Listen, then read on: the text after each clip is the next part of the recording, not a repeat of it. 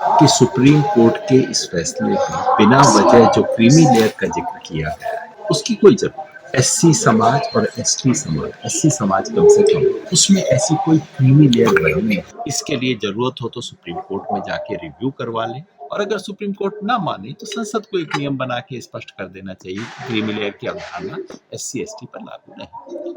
दलित समाज के जिन जाति वर्गों को सामान्य से काफी पीछे रह गए, उनके लिए एक सब कोटा बना देने में कोई बुराई नहीं है।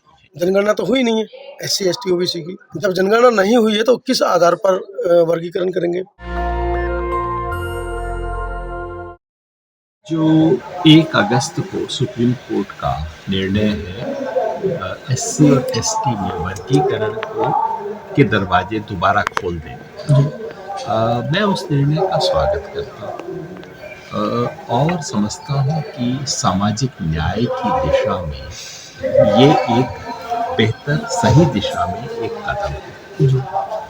लेकिन वो सार्थक तभी हो पाएगा अगर हम उस फैसले से उपजे हुए कुछ अंदेशों का समाधान करें। मेरी अपनी समझ ये है कि सुप्रीम कोर्ट के इस फैसले में बिना वजह जो क्रीमी लेयर का जिक्र किया गया है उसकी कोई जरूरत।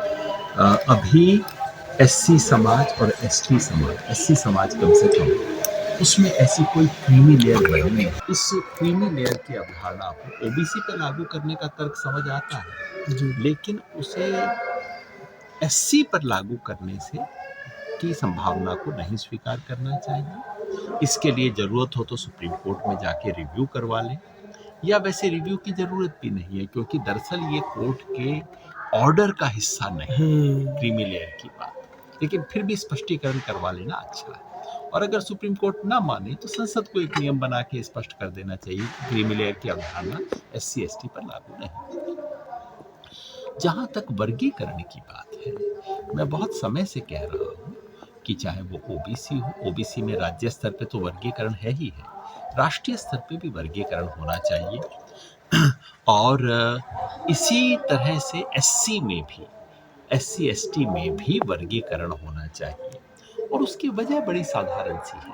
वजह ये है कि पिछले 70 साल के आरक्षण के अनुभव से अब हमें स्पष्ट है कि आरक्षण का लाभ अलग अलग जाति समुदायों को अलग अलग अनुपात में मिला है। कुछ जाति समुदाय को उसका ज्यादा फायदा मिला है। ज्यादा इसलिए नहीं मिला कि उन्होंने कोई दूसरों का पर अत्याचार किए हो, शोषण किए हो, ऐसी कोई बात नहीं है। मगर आरक्षण का जब दरवाजा खुला उस वक्त कुछ लोग दरवाजे के सामने खड़े थे। इतिहास का संयोग था, कुछ लोगों, कुछ समुदायों को थोड़े से शिक्षा के बेहतर अवसर थे, तो जाहिर है उन्हें आरक्षण का ज्यादा फायदा मिला। और कुछ समुदाय हैं जो आज भी बहुत पीछे हैं आरक्षण का लाभ लेने में, शिक्षा के अवसरों में, नौकरी के अवसरों में। इसलिए सामाजिक न्याय जिस सिद्धांत पर ये आरक्षण बना है, उसी सिद्धांत को अगर हम आगे लेके चलना चाहते हैं तो उसकी मांग ये है कि उसमें जो अति दलित है, दलित समाज के जिन जाति वर्गों को सामान्य से काफी पीछे रह गए, उनके लिए एक सब कोटा बना देने में कोई बुराई नहीं है। ये अच्छा कदम है। ये पंजाब हरियाणा में पहले उठाया गया था और उससे दलितों में जो अति दलित समाज है, पंजाब हरियाणा में वाल्मीकि समाज है, मजबी समाज है, उसको फायदा हुआ था उसका। मगर सर इसमें सवाल ये निकल कर आ रहा है, मैं अपनी बात पूरी कर सब क्लासिफिकेशन को, वर्गीकरण को स्वीकार करना चाहिए 2-3 शर्तों के साथ। वर्गीकरण बेहतर है बशर्ते उसमें 2 शर्त होनी चाहिए। पहला तो ये कि जिस जाति समुदाय की जनसंख्या जितनी है उससे कम उसका अनुपात नहीं मिलना चाहिए। तो मान लीजिए हरियाणा में जाटव समाज जो है वो अंदाजन 48-50% है हरियाणा की दलित पॉपुलेशन का, तो उसको कम से कम फिर 48-50 मिलना चाहिए, तो किसी को ये एहसास ना हो कि मेरी जो आबादी है उससे भी कम मेरे को दे दिया गया है। और नंबर 2 कि अगर उसके 2 हिस्से होते हैं और उसमें कहीं पे वैकेंसी खाली रह जाती है तो वो नॉन रिजर्व नहीं होनी चाहिए, वो एससी के ही जो दूसरे वर्ग जिसको नहीं मिला है उसको मिल जाएगा। मतलब कि सब क्लासिफिकेशन का इस्तेमाल एससी वर्ग को आरक्षण से वंचित करने के लिए न किया जाए, लेकिन उसके बीच में जो ज्यादा वंचित हैं उन्हें प्राथमिकता देने के लिए किया जाए। सर इसी मुद्दे को लेकर सवाल ये निकल के आ रहे हैं कि जिस तरीके से ईडब्ल्यूएस कोटा 10% बढ़ाया गया, जनगणना तो हुई नहीं है एससी एसटी ओबीसी की। जब जनगणना नहीं हुई है तो किस आधार पर वर्गीकरण करेंगे, और वर्गीकरण करते हैं या एक्स्ट्रा अगर आप देते भी हैं तो उसके लिए मूलभूत सुविधाएं सरकार देने के किस पक्ष में है? क्योंकि अगर मूलभूत सुविधाएं दी जाती तो अभी तक जो वर्ग वर्गीकरण का पक्ष ले रहा है उसको जरूरत ही नहीं पड़ती। जब सुविधाएं ही नहीं मिली, शिक्षा, लाखों स्कूल बंद हो चुके हैं, प्राइवेट निजीकरण आप जानते हैं, आप तो स्वयं उसके ज्ञाता भी हैं।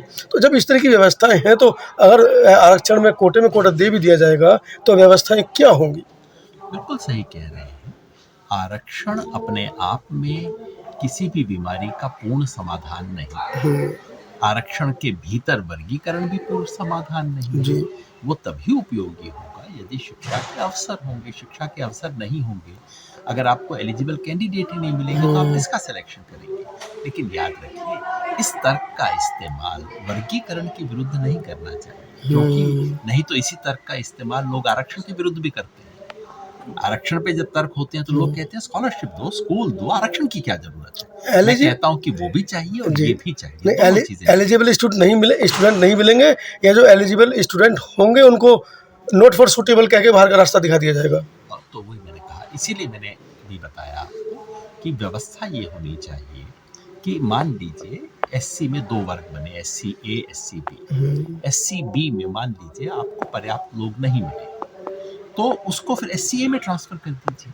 एससी से बाहर नहीं जाना चाहिए। अगर ये हम व्यवस्था कर देते हैं तो इसका इस्तेमाल आरक्षण का खारिज करने के लिए नहीं किया जा सकता। दूसरा आपने प्रश्न पूछा कि सेंसस तो हुआ ही नहीं है, कैसे पता? दरअसल ये बात गलत है और दिक्कत ये कि तथ्य पढ़े लिखे लोगों को भी नहीं पता है। एससी और एसटी का संपूर्ण जाति सेंसस हर बार होता है। मैंने आपको बताया कि हरियाणा में जो जाटव समाज है वो हरियाणा के दलित समाज का 48% है। मैं कैसे बोल रहा हूँ? क्योंकि सेंसस है, वहां पर हुआ है। केवल हरियाणा में नहीं हुआ है, प्रत्येक राज्य में हर बार जो सेंसस ऑफ इंडिया होता है उसमें प्रत्येक शेड्यूल्ड कास्ट और प्रत्येक शेड्यूल्ड ट्राइब की संपूर्ण गिनती हर बार होती है। अगर आप जानना चाहें कि हरियाणा के बावल तहसील में जाटव समाज के कितने बच्चे मैट्रिकुलेट हैं और वाल्मीकि समाज के कितने मैट्रिकुलेट हैं, ये संख्या उपलब्ध है। तो पूरे देश का कास्ट सेंसस नहीं हुआ है, लेकिन एससी और एसटी का कास्ट सेंसस है, उपलब्ध है, और वो स्पष्ट रूप से दिखाता है कि कुछ समाज शिक्षा की दृष्टि से बहुत आगे और कुछ शिक्षा की दृष्टि से बहुत पीछे। मैं आपको पंजाब का उदाहरण देता हूँ। पंजाब में अगर आप देखें ग्रेजुएशन कितने लोगों ने किया है, तो जो दलित समाज है वो पंजाब की औसत से नीचे है, लेकिन दलित समाज के भीतर रविदासी है 3.05%, वाल्मीकि है 1.26%, आधे से भी कम, और मजबी है 0.61%, उसका भी आधा। बिल्कुल बहुत ज्यादा अंतर है। उस अंतर की, और ये आधिकारिक आंकड़े हैं, सेंसस के आंकड़े, तो कृपया ये ना कहिए कि सेंसस उपलब्ध नहीं।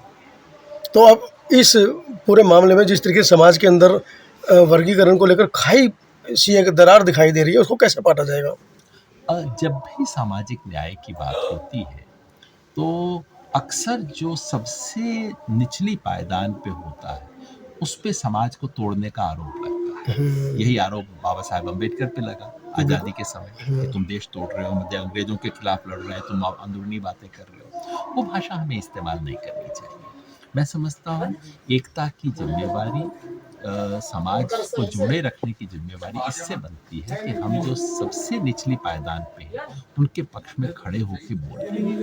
तो अगर बोलेंगे तो अपने आप एकता स्थापित होगी। ऐसे में जो समुदाय आपस में एक दूसरे के ऊपर छींटाकशी कर रहे हैं, चलते चलते आखिरी में ले रहा हूँ आपसे, उन दोनों तीनों या जो कुछ आपस में छीटाकशी इस मामले में निकल कर आई है, उनको आप किस तरीके से समझाना चाहेंगे? मेरा सबके लिए यही अनुरोध है कि ये जो दलित आंदोलन देश में एक बड़े पायदान पे पहुंचा है और उस दलित आंदोलन को बनाए बचाए रखने के लिए जरूरी है कि उस समाज के बुद्धिजीवी, तमाम पक्षों की बुद्धिजीवी एक साथ बैठे, एक फॉर्मूला बनाए जिससे एकता स्थापित हो। किसी का मुंह बंद करने से एकता कभी नहीं होती। विचार तो सुनने पड़ेंगे और जिसको ज्यादा तकलीफ है उसकी तकलीफ तो सुननी पड़ेगी, उसका समाधान तो करना पड़ेगा। और जो तर्क आरक्षण के विरुद्ध दिए गए हैं वो तर्क अब वर्गीकरण के विरुद्ध नहीं दिए जा सकते, वो तर्क सही नहीं है। अगर हम इस बात को स्वीकार कर लें तो फिर हम आगे बढ़ सकते हैं। नेशनल दस्तक की आपसे गुजारिश है कि अगर इसको बचाना चाहते हैं तो नेशनल दस्तक को सब्सक्राइब करने के लिए रेड कलर के सब्सक्राइब बटन को दबाएं, फिर बेल आइकन की घंटी दबाएं। नेशनल दस्तक को बचाने के लिए बहुत जरूरी है कि हर खबर को शेयर करें, लाइक करें, कमेंट जरूर करें।